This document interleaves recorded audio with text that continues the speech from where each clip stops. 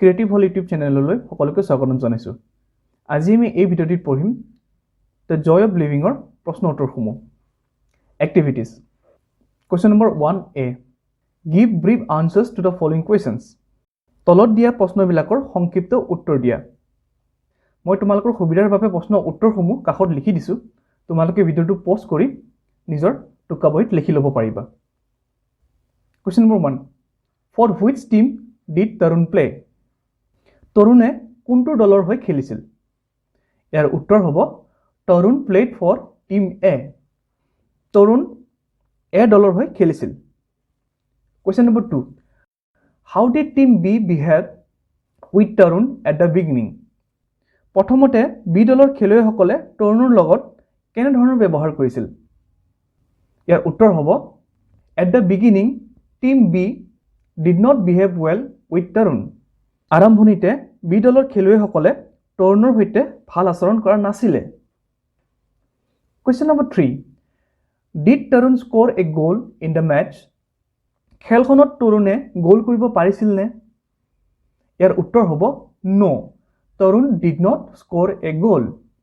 নাই, তৰুণে খেলখনত গ'ল কৰিব নোৱাৰিলে। Question number 4, why did not Tarun kick the ball? তৰুণে বলটো কিয় মাৰি নপঠালে?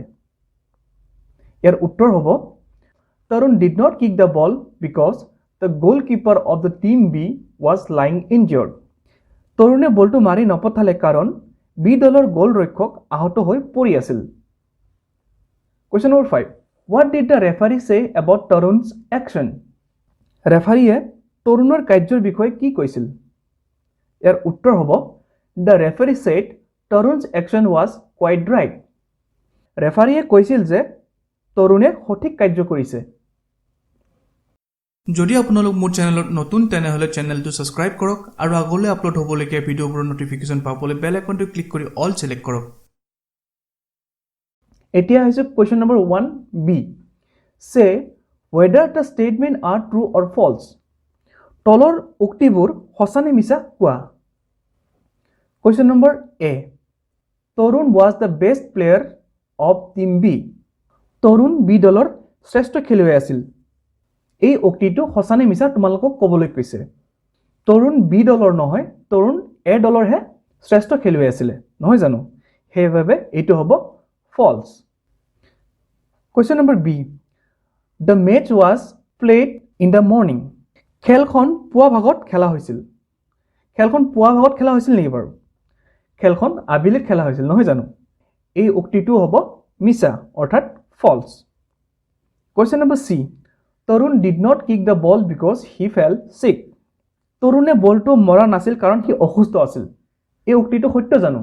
নহয়, সেইবাবে আমি এইটো লিখিব লাগিব ফল্ছ বুলি। Question number D, the goalkeeper of team B was injured. B দলৰ গ'লৰক্ষক আহত হৈছিল। কথাটো সত্য, নহয় জানো?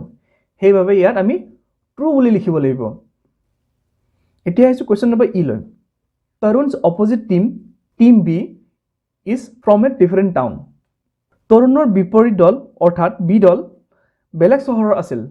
এইটো সত্য নহয় জানো? সেইবাবে ইয়াত ট্ৰু বুলি লিখিব লাগিব। এতিয়া আছে question number 2, complete the sentences by choosing the correct word from the choices given. তলত দিয়া খালী ঠাইসমূহ কাষত দিয়া শব্দবোৰৰ পৰা বাছনি কৰি পূৰ্ণ কৰিবলৈ কৈছে। Question number A, I days টুমৰো morning. এই খালী ঠাইত হ'ব আই শ্বেল কাম টুমৰো মৰ্ণিং। মই অহাকালি ৰাতিপুৱা আহিম। Question number B, Tarun is a good player. তৰুণ এজন বৰ ভাল খেলুৱৈ। হি ডেজ এটলিষ্ট ওৱান গ'ল। এই খালী ঠাইত হ'ব he will score at least one goal. সি কমেও এটা গ'ল কৰিব। Question number C, we must hurry. আমি সোনকালে কৰিব লাগিব। The time dash out. এই খালী ঠাইত হ'ব time is running out. Question number D, we dash the match tomorrow. এই খালী ঠাইত হ'ব we will see the match tomorrow. Question number E, Tarun dash the goalkeeper lying injured. এই খালী ঠাইত হ'ব তৰুণ show' the goalkeeper lying ইনজিয়ৰ্ড। এতিয়া হৈছে question number 3, Read the following sentences. তলৰ বাক্যবোৰ পঢ়া। Question number A. It was going to be a sure goal. এইটো নিশ্চিতভাৱে গোল হ'বলৈ গৈছে। Question number B. I am going to see you tomorrow. মই তোমাক অহাকালি লগ পাম। আমি ভৱিষ্যতৰ সময় বৰ্ণনা কৰিবলৈ going to শব্দটো ব্যৱহাৰ কৰিছোঁ। We can also rewrite the sentences using shall, will to express future time. আমি ওপৰ বাক্যকেইটা shall আৰু will ব্যৱহাৰ কৰিও ভৱিষ্যতৰ সময় বৰ্ণনা কৰিব পাৰোঁ। যেনে it will be a sure goal. ইয়াত আমি will শব্দটো ব্যৱহাৰ কৰিছোঁ। এতিয়া I shall see you tomorrow. ইয়াত আমি going to জেগাত shall শব্দটো ব্যৱহাৰ কৰিছোঁ, নহয় জানো? ঠিক তেনেধৰণে now rewrite the sentences below using going to. এতিয়া তলৰ বাক্যবোৰ তোমাক shall আৰু willৰ জেগাত going to ব্যৱহাৰ কৰি লিখিবলৈ কৈছে। আহাচোন আমি কৰিবলৈ চেষ্টা কৰোঁ। Question number A. If this continues, we shall lose the match. এতিয়া আমি shallৰ জেগাত going to ব্যৱহাৰ কৰি বাক্যটো আকৌ এবাৰ লিখিব লাগিব। যেনে মই তোমালোক কাষত লিখি দিছোঁ, if this continues, we are going to lose the match. যদি এই অৱস্থা চলি থাকে তেনেহ'লে আমি খেলখন হাৰিম। Question number B. Tomorrow's match will be the most important. ইয়াত will শব্দটোৰ জেগাত আমি going to ব্যৱহাৰ কৰিব লাগিব। যেনে tomorrow's match is going to be the most important. কাইলৰ খেলখন আটাইতকৈ গুৰুত্বপূৰ্ণ হ'ব ওলাইছে। Question number C. Tarun and his team will win the match. ইয়াত going to ব্যৱহাৰ কৰিলে হ'ব Tarun and his team are going to win the match. তৰুণ আৰু তাৰ দলে জিকিব ওলাইছে। Question number D. The referee will control the players of the match. ইয়াত going to ব্যৱহাৰ কৰিলে হ'ব The referee is going to control the player of the match. ৰেফাৰীজনে খেলুৱৈসকলক নিয়ন্ত্ৰণ কৰিবলৈ ওলাইছে। আমি নিশ্চয় বুজি পাইছোঁ নহয়নে? Make a few more sentences using the following as examples. তলৰ বাক্যবোৰ উদাহৰণ হিচাপে ব্যৱহাৰ কৰি আৰু কেইটামান তোমালোকক বাক্য বনাবলৈ কৈছে। যেনে A. Take off. He took off his shoes before entering the room. সি ৰুমত সোমোৱাৰ আগতে জোতাযোৰ খুলিছে। এই টেক অফ শব্দটো ব্যৱহাৰ কৰি আমাক আন কেইটামান বাক্য সজাবলৈ কৈছে। যেনে তোমালোকৰ সুবিধাৰ বাবে মই কাষত কৈ দিছোঁ। যেনে তৰুণ slowly took off his football boot off. তৰুণে লাহেকৈ ফুটবল খেলা জোতাযোৰ খুলিছে। B. Going on. Our exams are going on. আমাৰ এক্সামবোৰ গৈ আছে। এতিয়া আমি going on শব্দটো ব্যৱহাৰ কৰি আন এটা বাক্য বনাম। যেনে our holidays are going on. আমাৰ বন্ধ চলি আছে। Question number C. Run out. We ran out of money. আমাৰ পইচা নাটনি হৈছে। Run out শব্দটো ব্যৱহাৰ কৰি আমি আন এটা শব্দ বনাম। Tarun was run out in the cricket. ইয়াত শব্দবোৰ একে হ'লেও অৰ্থবোৰ বেলেগ ধৰণৰ। তোমালোকে এইটো মন কৰিবা অকণমান। এতিয়া তৰুণে ক্ৰিকেট খেলত ৰান আউট হৈছে। আমি ক্ৰিকেট খেল নিশ্চয় চাওঁ নহয় জানো? এতিয়া question number D. Act fast. We must act fast to avoid danger. আমি বিপদৰ পৰা হাত সাৰিবলৈ বৰ সোনকালে কাৰ্য কৰিব লাগে।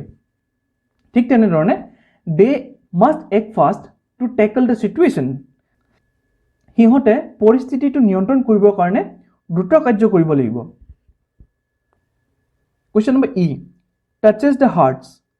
Her words touches the hearts of audience.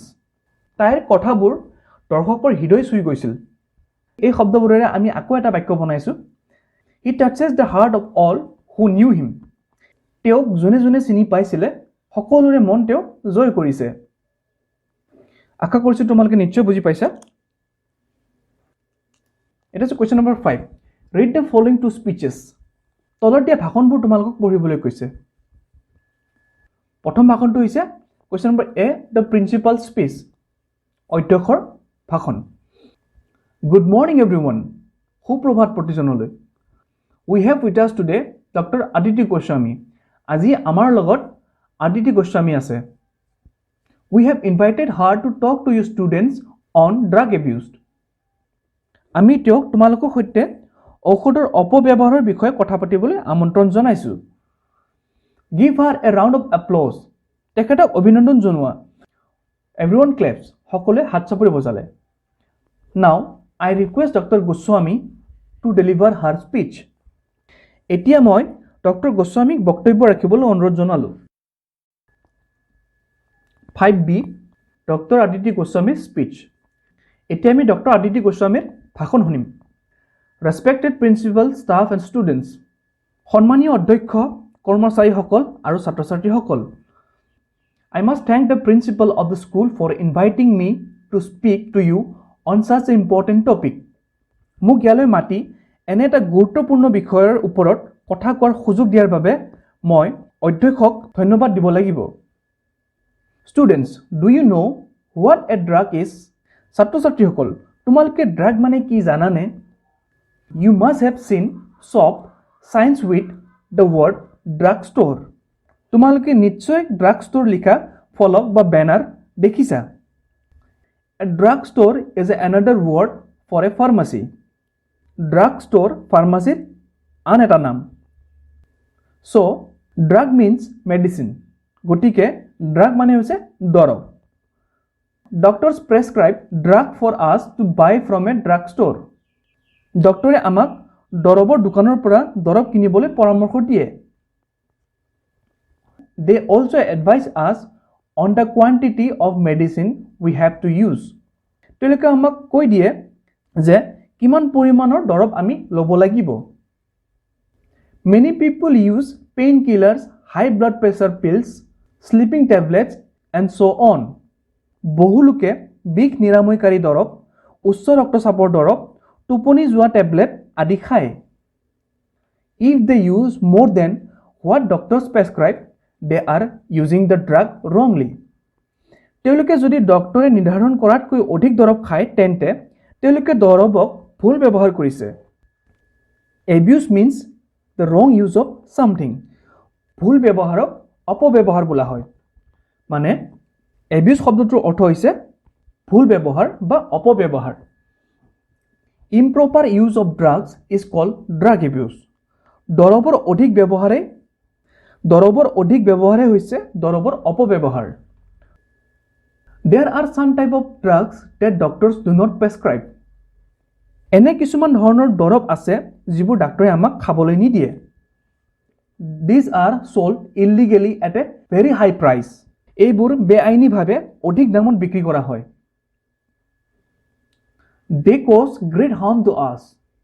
এইবোৰ দৰৱে আমাক বহুত ক্ষতি কৰে. We must not use them. আমি এইবোৰ খাব নালাগে বা ব্যৱহাৰ কৰিব নালাগে. Let me tell you what happens when someone uses illegal drugs.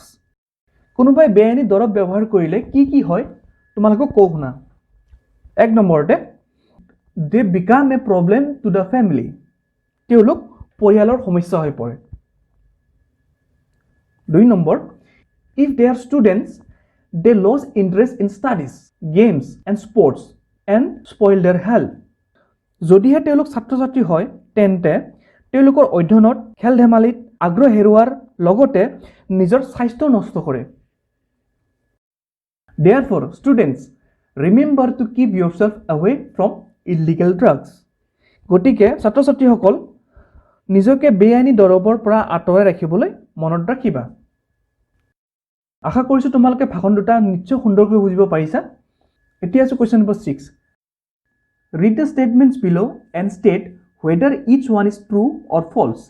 If it is true, circle the T, and if it is false, circle the F. তলত দিয়া উক্তিবোৰ তোমালোকক পঢ়িবলৈ কৈছে আৰু সঁচা নে মিছা বাছনি কৰিবলৈ কৈছে.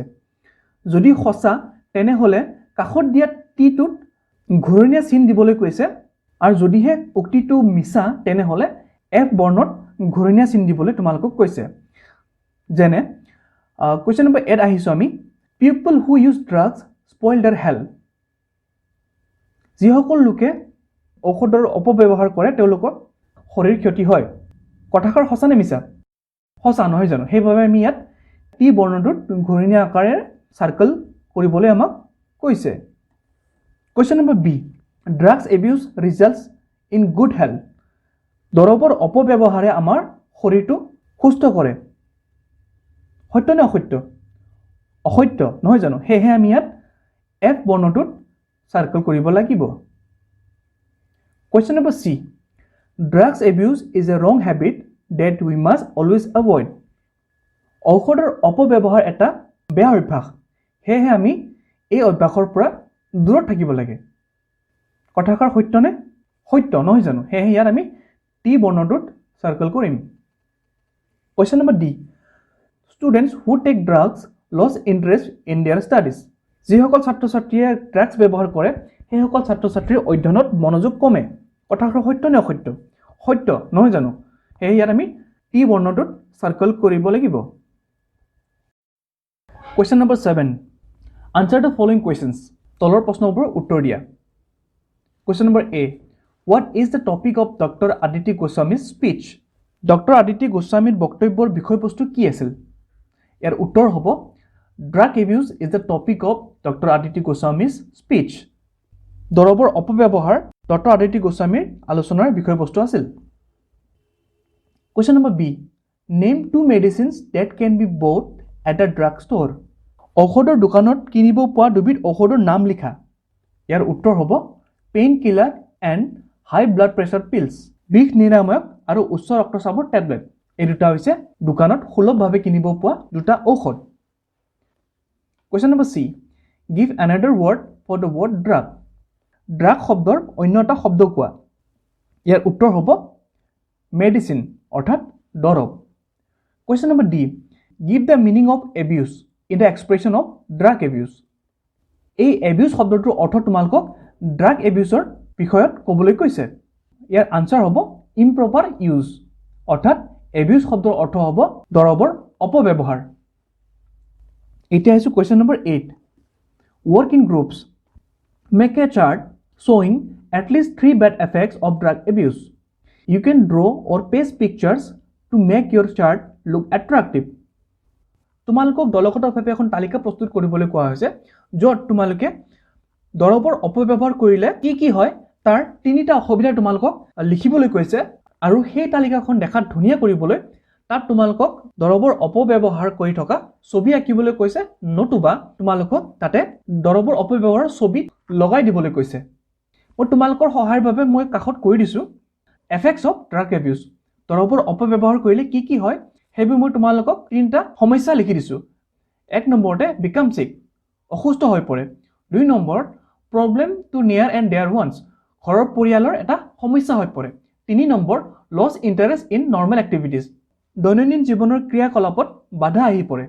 আৰু এই দৰৱৰ অপব্যৱহাৰ কেইখনমান ছবি মই তলত লগাই দিছো তোমালোকে নিশ্চয় দেখিছা। এতিয়া আছে question number 9. Role play.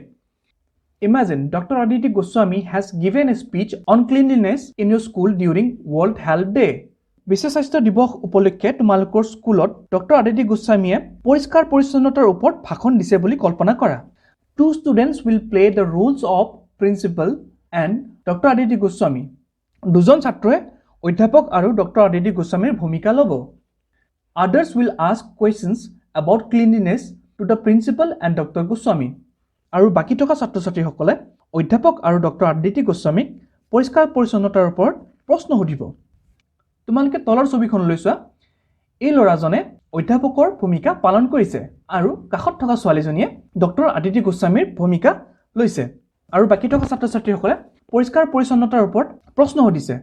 তোমালোকে এনে ধৰণে থিয় হৈ এই ৰোল প্লেটো কৰিব পাৰিবা। Question number 10A. On the way to school, Arun saw an artist drawing a poster on drug abuse. Let's read the slogan on the poster. Arun স্কুলত গৈ থকাৰ বাটত এগৰাকী চিত্ৰকাৰে ঔষধৰ অপব্যৱহাৰৰ ওপৰত এখন ছবি আঁকি থকা দেখিলে আৰু তাত এটা শ্লোগানো লিখা আছিল। আৰু পোষ্টাৰখনত থকা আমাক যেটো শ্লোগান দিছে সেইটো আমাক পঢ়িবলৈ কৈছে যেনে হেল্থ ইজ ৱেল্থ অৰ্থাৎ আমাৰ শৰীৰটো হৈছে সম্পত্তি। এতিয়া আছে question number 10B. Work in groups. Arrange the words and write a slogan. তোমালোকক দলগতভাৱে তলত খেলিমেলিকৈ দিয়া শ্লোগানটো শুদ্ধকৈ লিখিবলৈ কৈছে যেনে drugs of improper use results may in death এইটো সম্পূৰ্ণভাৱে খেলিমেলিকৈ দিয়া এটা শ্লোগান এই শ্লোগানটোক শুদ্ধকৈ লিখিলে হ'ব improper use of drugs may result in death now draw the poster এতিয়া তোমালোকক এই খালী ঠাইত ঔষধৰ অপব্যৱহাৰৰ ওপৰত এখন পোষ্টাৰ ৰাখিবলৈ কৈছে এতিয়া আছে question number 11 sometimes two words of the same spelling may have different meaning one is done for you তোমালোকক 11 নম্বৰ প্ৰশ্নত কোৱা হৈছে যে দুটা শব্দৰ একে বানান কিন্তু ইয়াৰ অৰ্থবিলাক বেলেগ বেলেগও হ'ব পাৰে যেনে তোমালোকৰ সুবিধাৰ কাৰণে এটা তলত কৈ দিয়া হৈছে ষ্ট'ৰ ষ্ট'ৰ শব্দটোৰ এটা অৰ্থ হৈছে a large shop that sells different type of foods অৰ্থাৎ এখন ডাঙৰ দোকান য'ত নেকি বিভিন্ন ধৰণৰ খোৱা সামগ্ৰী বিক্ৰী কৰা হয় এই ষ্ট'ৰ শব্দটোৰ আন এটা অৰ্থ হৈছে to put something somewhere and keep it there to use later অৰ্থাৎ যিকোনো এটা বস্তু আমি পিছত ব্যৱহাৰ কৰিম বুলি যেটো আমি থৈ দিও হেতুকো ষ্ট'ৰ বুলি কোৱা হয় বুজিবলৈ পাৰিছা তোমালোকে অৰ্থাৎ একেটা শব্দৰ অৰ্থ বেলেগ বেলেগ ধৰণৰ হ'ব পাৰে now write a word whose meaning is given below choose from the option given এতিয়া আমাক তলৰ এই খালী ঠাইত এটা শব্দ লিখিবলৈ কৈছে যাৰ অৰ্থবিলাক আমাক কাষত দি দিয়া হৈছে আৰু আমাৰ সুবিধাৰ বাবে তিনিটা শব্দ ইয়াত অপচন হিচাপে দিয়া আছে আৰু এই তিনিটা শব্দৰ ভিতৰত আমি এটা বাছনি কৰি এই খালী ঠাইত বহাব লাগিব কিন্তু তাৰ আগতে আমি অৰ্থকেইটা পঢ়ি চাওঁ ঠিক আছে a sports event where people or teams compete against each other এখন খেল য'ত খেলুৱৈ বা দলসমূহে এজনে আনজনৰ বিৰুদ্ধে প্ৰতিযোগিতা কৰে মন কৰিবা প্ৰথম অৰ্থটোত আমাক দুটা টিমৰ মাজত খেল খেলাৰ কথা ব্যক্ত কৰা হৈছে দ্বিতীয় অৰ্থটো আমি পঢ়িম when two things are similar we say this word যেতিয়া আমি দুটা বস্তু একে হয় তেতিয়া আমি এই শব্দটো কওঁ বুজিবলৈ পাৰিছা ইয়াৰ অৰ্থটো হ'ব ম্যাচ যেতিয়া এটা টিমে আন এটা টিমৰ লগত খেল খেলে তেতিয়া আমি কি বুলি কওঁ ম্যাচ বুলি কওঁ নহয় জানো দ্বিতীয়তে যেতিয়া দুটা বস্তু মিল খায় তাক আমি ম্যাচ কৰা বুলি কওঁ নহয় জানো সেইবাবে ইয়াৰ শুদ্ধ উত্তৰটো হ'ব ম্যাচ তোমালোকে এই খালী ঠাইত ম্যাচ বুলি লিখি দিবা এতিয়া আহিছো question number 12 let's learn to talk while someone is getting ready for school we may say 12 নম্বৰত কৈছে কথা পাতি শিকোৱা হা যেতিয়া কোনোবা এজনে স্কুলত যাবলৈ সাজু হ'ব তেতিয়া আমি তলত দিয়া ধৰণে ক'ব পাৰো wear your uniform তোমাৰ ঐক্য পোছাকযোৰ পিন্ধা button your shirt তোমাৰ শাৰ্টৰ বটন কেটা লগোৱা wear your shorts তোমাৰ হাফ পেন্টটো পিন্ধা wear your skirt তোমাৰ গ্ৰাউণ্ডটো পিন্ধা now tuck your shirt in এতিয়া তোমাৰ শাৰ্টটো সুট কৰি ল'বলৈ কৈছে wear your socks তোমাক মোজা পিন্ধিবলৈ কৈছে now wear your shoes তোমাৰ জোতাযোৰ পিন্ধা tie your shoelaces তোমাৰ জোতাৰ লেছবোৰ বান্ধা after someone comes back from school we may say যেতিয়া কোনোবা এজনে স্কুলৰ পৰা উভতি আহিব তেতিয়া আমি তেওঁক কি বুলি ক'ম take off your uniform তোমাৰ ঐক্য পোছাকযোৰ খোলা undo the buttons of your shirt তোমাৰ শাৰ্টৰ বাটনবোৰ খোলা take off your shirt তোমাৰ শাৰ্টটো খোলা take off your shoes তোমাৰ জোতাযোৰ খোলা now take off your socks আৰু এতিয়া তোমাৰ মোজাযোৰ খোলা now make sentences using the following এতিয়া তলত দিয়া শব্দবোৰৰ সহায়ত তোমালোকক বাক্য ৰচনা কৰিবলৈ কৈছে তোমালোকৰ সুবিধাৰ বাবে মই কাষত কৈ দিছো wear মানে হৈছে পিন্ধা please wear your shirt অনুগ্ৰহ কৰি তোমাৰ শাৰ্টটো পিন্ধা tuck your shirt in tuck মানে হৈছে শাৰ্টটো সুট কৰি লোৱা tuck your shirt in তোমাৰ শাৰ্টটো সুট কৰি লোৱা undo অৰ্থ হৈছে তোমালোকৰ শাৰ্টৰ বাটন কেটা খোলা take off মানে হৈছে খোলা take off your shoes তোমাৰ জোতাযোৰ খোলা tie মানে হৈছে বান্ধা tie your laces তোমাৰ জোতাৰ লেছবোৰ বান্ধা button মানে হৈছে লগোৱা button your shirt অৰ্থাৎ তোমাৰ শাৰ্টৰ বাটন কেটা লগোৱা question number 13 Arun is walking home from school Arun স্কুলৰ পৰা ঘৰলৈ খুজকাৰি আহিছে He hears a small girl crying এটি সৰু ছোৱালীৰ কান্দোন হি শুনা পালে He looks here and there and finds her sitting near a big tree He ইফালে সিফালে চালে আৰু তাইক এডাল ডাঙৰ গছৰ তলত বহি থকা দেখা পালে। Her arm is bleeding. তাইৰ বাহুৰ পৰা তেজ ওলাই আছিল। Arun puts his finger on her wrist. অৰুণে তাৰ আঙুলি তাইৰ হাতৰ গাঁঠিত লগালে। It is beating fast. ই দ্ৰুত গতিত লৰি আছিলে। What should Arun do? Should he? অৰুণে কি কৰাটো ভাল হ'ব? Take the girl home. তাইক ঘৰত লৈ আহিব লাগিব। Call an adult and ask him or her to help out. নে কোনোবা ডাঙৰ এজনক মাতি সহায় বিচাৰিব লাগিব। Leave the girl alone and walk away. নে ছোৱালীজনীক তাত অকলে এৰি থৈ ঘৰত আহিব লাগিব। Nurse the girl and take her home. নে তাইক অকণমান শুশ্ৰূষা কৰি ঘৰলৈ আনিব লাগিব। Give her first aid. নে তাইক প্ৰাথমিক চিকিৎসা দিব লাগিব। অৰুণে কোনটো কৰা উচিত বাৰু? নিশ্চয় অৰুণে তাইক ফাৰ্ষ্ট এড অৰ্থাৎ প্ৰাথমিক চিকিৎসা দিয়াটো উচিত। এতিয়া work with your friend and share your ideas.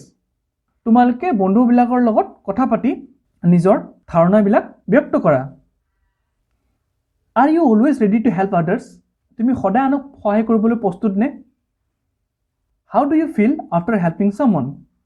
তুমি কাৰোবাক সহায় কৰি কেনেধৰণৰ অনুভৱ কৰা? তোমালোকৰ এই প্ৰশ্নবোৰ তোমাৰ বন্ধু বা বান্ধৱীক সুধিবলৈ কৈছে। এতিয়া আছে question number 14. Put your thumbs on your wrist. Can you feel your pulse? তলৰ ছবিখনত দেখুৱাৰ দৰে তোমালোকৰ হাতৰ গাঁঠিত বুঢ়া আঙুলিটো দিবলৈ কৈছে। Can you feel the pulse? তুমি পালছটো ফিল কৰিব পাৰিছানে? Feel your partner's pulse and find out how many times it beats in 1 minute. এতিয়া তোমাৰ বন্ধুৰ হাতত বুঢ়া আঙুলিটো থৈ তোমাক সেই ধিপধিপনি অনুভৱ কৰিবলৈ কৈছে আৰু গন্তি কৰিবলৈ কৈছে যে 1 মিনিটত তোমাৰ বন্ধুৰ হাতখন কেইবাৰ ধিপধিপায়। তোমালোকে ফিল কৰিব পাৰিছানে? তুমি অনুভৱ কৰা সেই ধিপধিপনিটোকে পালছ বুলি কোৱা হয়। Question number 15. Pair work. Ask your partner to show actions. এতিয়া তোমাক দুজন দুজনকৈ জোৰ বান্ধি এজনে আনজনক তলৰ বাক্যবোৰ ক'বলৈ কৈছে। যেতিয়া এজনে সুধিব আনজনে অংগী ভংগীৰে সেইটো কৰিব লাগিব। মানে যেতিয়া তাই ক'ব wear your socks, তেতিয়া এই ল'ৰাজনে মোজাযোৰ পিন্ধি দেখুৱাব লাগিব। Button your shirt. যেতিয়া button your shirt বুলি ক'ব তেতিয়া শাৰ্টৰ বাটনবোৰ লগাই দেখুৱাব লাগিব। Wear your shoes.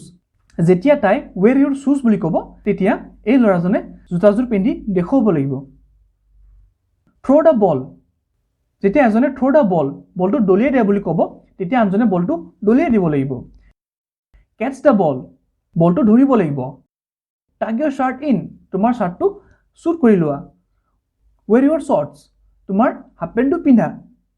এই বাক্যবোৰ তোমালোকে এজনে আনজনক ক'বলৈ কৈছে আৰু আনজনে অংগী ভংগীৰে এইবোৰ দেখুৱাব লাগিব। এতিয়া আহিছো question number 16. These are some health tips to keep us fit. Read them. আমাক তলত কেইটামান উপদেশ দিয়া হৈছে যিবোৰে আমাক সুস্থ কৰি ৰাখিব। সেইবোৰ আমাক পঢ়িবলৈ কৈছে। Exercise regularly. নিয়মিত ব্যায়াম কৰিবা। সদায় ব্যায়াম কৰি থাকিলে আমাৰ বেমাৰ আজাৰবোৰ কম হয় অৰ্থাৎ আমি সুস্থ হৈ থাকিব পাৰিম। Drink plenty of water. প্ৰচুৰ পানী খাবা। আমি যিমান পাৰো পানী খাব লাগে নহয় জানো? Beware of animal bites. জন্তুৰ কামোৰৰ পৰা সাৱধানে থাকিবা। Always keep a first aid box ready. সদায় প্ৰাথমিক চিকিৎসাৰ বাকচ কাষত ৰাখিবা। Avoid having roadside food. বাটৰ কাষৰ খাদ্য ত্যাগ কৰিবা। Wash your hands before eating. খোৱাৰ আগতে হাত ধুবা। Use a handkerchief when you sneeze and cough. হাঁচি মাৰিলে বা কাহিলে ৰুমাল ব্যৱহাৰ কৰিবা। Keep your food covered. খাদ্যবোৰ ঢাকি ৰাখিবা। আজিৰ এই ভিডিঅ'টিত ইমানেই। আশা কৰোঁ ওপৰৰ প্ৰশ্নৰ উত্তৰবোৰ তোমালোকে সুন্দৰকৈ বুজিব পাৰিছা।